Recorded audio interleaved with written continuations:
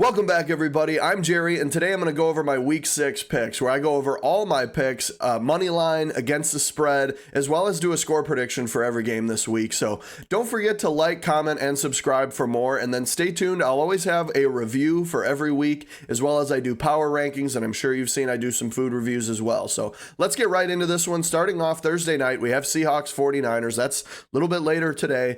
I have the 49ers winning, but I have it being a close one. And I always pick my scores, then I put the spread on the screen, and then I have to move the helmet over accordingly. Helmet is side that wins against the spread. Obviously, the 49ers are -3.5. So the Seahawks picking 20-24. I think it's going to be a close game because the Seahawks have pretty much always found a way to put up points, even against what I think will be a tough 49ers defense. I think their defense is going to be pretty good at stopping the run and getting pressure like the Giants did last week against the Seahawks.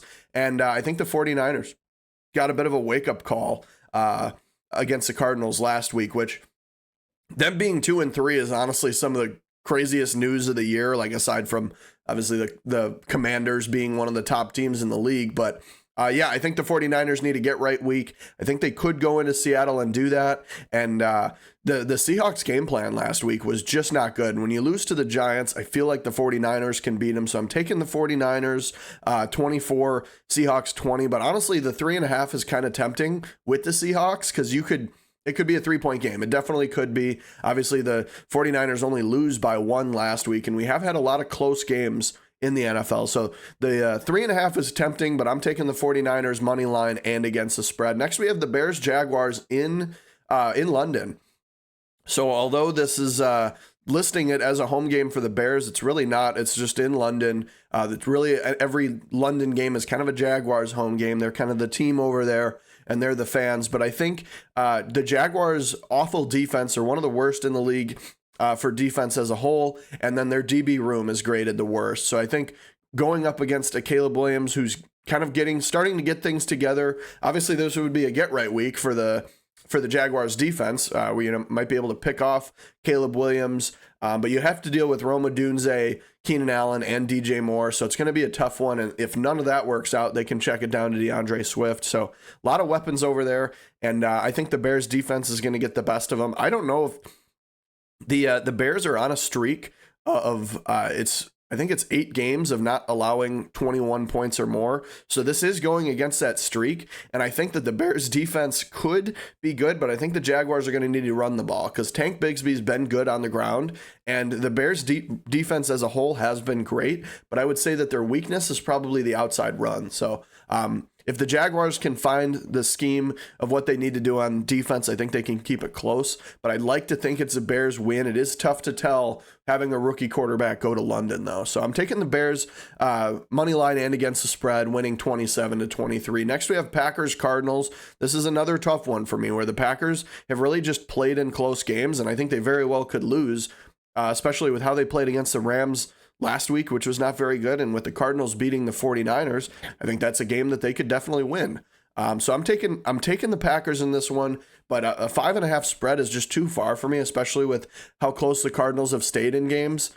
So I think they'll be able to cover that 3-point spread, or that 5.5-point spread, with only 3 points, with the Packers winning 31-28. Next, we have the Titans Colts. Not sure why the Colts are favored, to be honest. I guess the tempting part is it's Tennessee in Tennessee after a bye week. So they had their bye week last week. Now they're at home, so they have a good opportunity to be fresh and get a good game. I honestly think if Mason Rudolph starts this game, I think the Titans win, but I think Will Levis has just been too reckless with the ball. I'm sure he's gotten his ass chewed out for that in this bye week, and he's been injured too. So that's the other thing, is he's expected to practice this week, and I guess it's been very limited from what I've heard, but we don't know if he's going to play or not. So I made it very tough to pick, but I think that the Colts offense has just been rolling. And although the Titans defense has been really good in this league, and, at least holding people to yards, slowing down drives, I think it could be a tough one for the Colts. I don't think Jonathan Taylor's playing either, so it'll be dependent on he play. A lot of variable factors here, but I think if Joe Flacco is starting, I think it's more of a chance for a win because Joe Flacco really has been good. So I'm taking the Titans 17, Colts 24, obviously covering that 2.5, the plus 2.5 for the Colts. Kind of surprised that that's the case. But yeah, I'm taking the Colts in this one over the Titans. Next, we have Patriots Texans. This is one of our biggest spreads of the week. With reason. I mean, it makes sense. I think the only thing that could happen is if you look at the Texans-Bears game, that's the last rookie quarterback they played. Honestly, they only beat the Bears by 6, and they weren't really great. But the thing is the Texans defense was able to shut down Caleb Williams very well. And Drake Mays sat a little bit and gotten to see what's been going on and probably had a little bit longer to prepare for this Texans game, potentially. So I think that he could do well, but they also didn't really give him much to do in the preseason. He was mostly handing the ball off, throwing little screen, quick dink and dunk passes. So I think it's going to be a tough one for him to win in his first week. So I think the Texans win, and I do think that they cover the 7-point spread just because it's Drake May's first NFL game. The Texans have looked good. They do have Nico Collins out, but honestly, Tank Dell really shines when he gets more of a role. So I think it's going to be a good one for him. So I'm taking the Texans across the board here, winning 28-13. Next, we have Saints Buccaneers. Spencer Rattler's coming in, and I don't know what he's going to be at all. So I think that the offense could look tougher, and I have a little bit of confidence in the Buccaneers' run defense. And even though their pass defense hasn't been great, that's why I don't have the Saints putting up too many points. And the on the other side, the Buccaneers' offense has been able to put up points. So again, between Chris Godwin, Mike Evans, Rashad White, Bucky Irving, Cade Otton, they're all having good games, except maybe Rashad White's had a couple rough ones. But so I think a lot of weapons over there, and I think it's going to be tough for the Saints to stop all of them.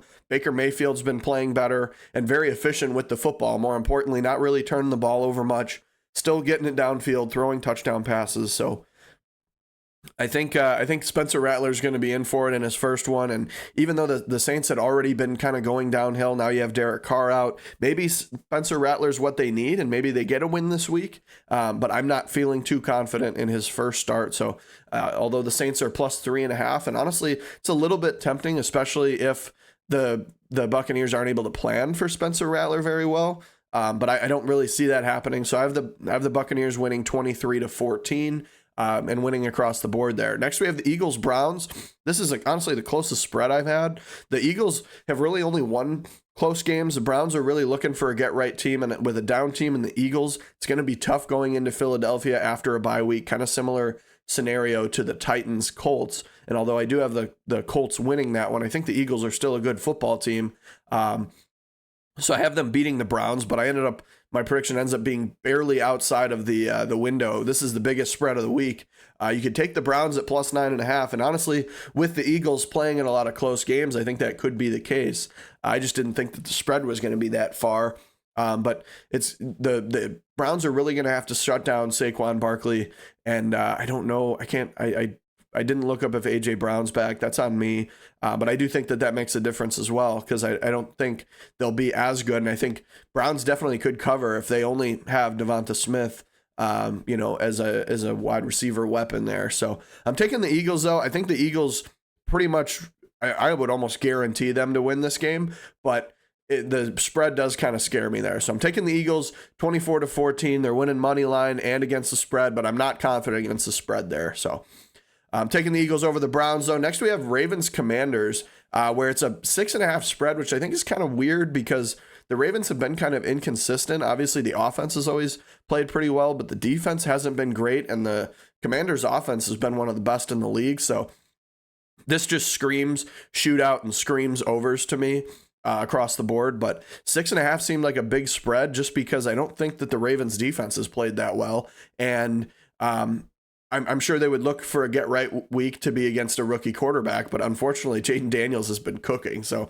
I don't think this is the right rookie quarterback to try to get a get-right week against. So I think the Commanders keep it close, but I also think the Commanders have a tough time stopping the Lamar Jackson, Derrick Henry, Patrick Ricard backfield. So I'm taking the Commanders against the spread because it's such a large spread.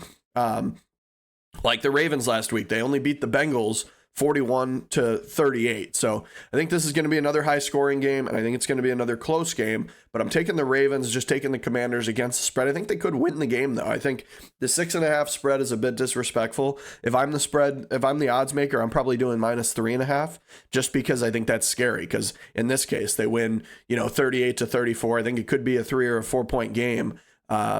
And I think the Commanders, this is one where they have a chance to win it. So in a game where it could be so close, surprised at the spread. So lucky I got the Ravens 38, Commanders 34 there. And then next we have Broncos Chargers. This is another one I think will be close. Obviously, Chargers coming off of a bye week.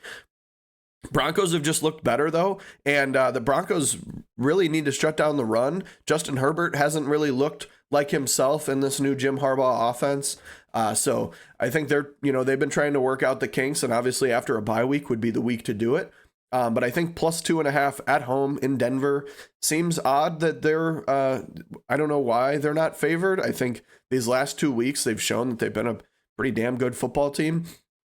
And no matter what, the defense is going to play good. It's kind of a toss-up if Bo Nix plays good, and their run game's very hit or miss, and not really a big boom run team. They're not going to, have a great run week like J.K. Dobbins over in LA could. But yeah, I'm taking the Broncos in this one, 24-20, and then obviously covering the 2.5 spread. I think if you're betting, if you can get them at +3.5 on an alternate spread or something, I think that might be lock of the week, just because I think both of these teams have been in a lot of close games, and I think the Broncos really could win it.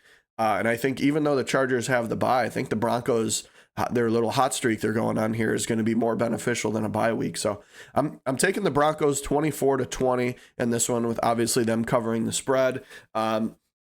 Raiders Steelers. The Steelers just tend to put up around 20 points every week. Last week they put up 17. The Raiders are starting Aiden O'Connell, so I think that throws a little bit of a wrinkle in it. You're going to have to plan differently for it. Devontae Adams might get traded, though, and Antonio Pierce is under fire. So you've got Christian Wilkins is out with injury, and then Max Crosby last week was playing through an injury. So just a lot of shit going on for the Raiders, so I don't think they can win it, even though it is in Vegas. But you can get Raiders at +3, looking for a get-right week and starting a new quarterback. But I think the Steelers ultimately win this one with their strong defense. I think they're going to get to Aiden O'Connell and draw a lot of holding penalties that probably won't get called on TJ Watt. But yeah, they also haven't ran the ball very well, the Raiders. It's really, if they do, it's Amir Abdullah and Alexander Madison, either out of the backfield on a receiving play or running the ball. So I think the Steelers win this one for sure. Covering the spread's a little tougher. Definitely could be a 4-point game, and it could even be a 3-point game. But I'm taking the Steelers in this one, 24-17. Next, we have Cowboys Lions. This is another one where I think it's going to be close, just because the Cowboys' offense has been rolling, but their defense has been underwhelming, and it's kind of the same thing for the Lions so far this year. Obviously, the last time Jared Goff played football, he had a perfect week, 18 for 18, so I don't think that's going to happen again. I think you could expect Jared Goff to throw a couple interceptions, and I think that, honestly, the Lions, I think they're a great football team, but their defense really needs to do better.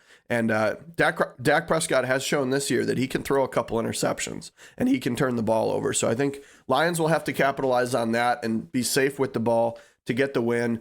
I do have them covering the 3 spread, but again, I would probably stay away from this one just because both teams could turn the ball over, and both teams have pretty high-powered offenses so far this year. But I'm taking the Lions, barely covering that 3-point spread and winning this game.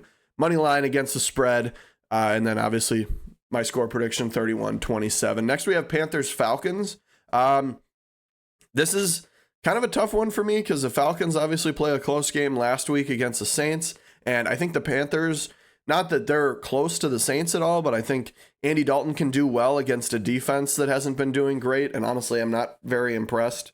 Did I say the Saints? I meant the Buccaneers, who the Falcons played. But I think the Panthers can put up points against an average defense. So I think that they will be able to put up points. But I think the Falcons kind of showed last week that even just through the air, they can do well. They don't even really get Bijan or Algier involved last week and still get a win. So I think they're going to be rolling on that and rolling in, hopefully, for another win for them. Panthers at +6.5 is tempting, though.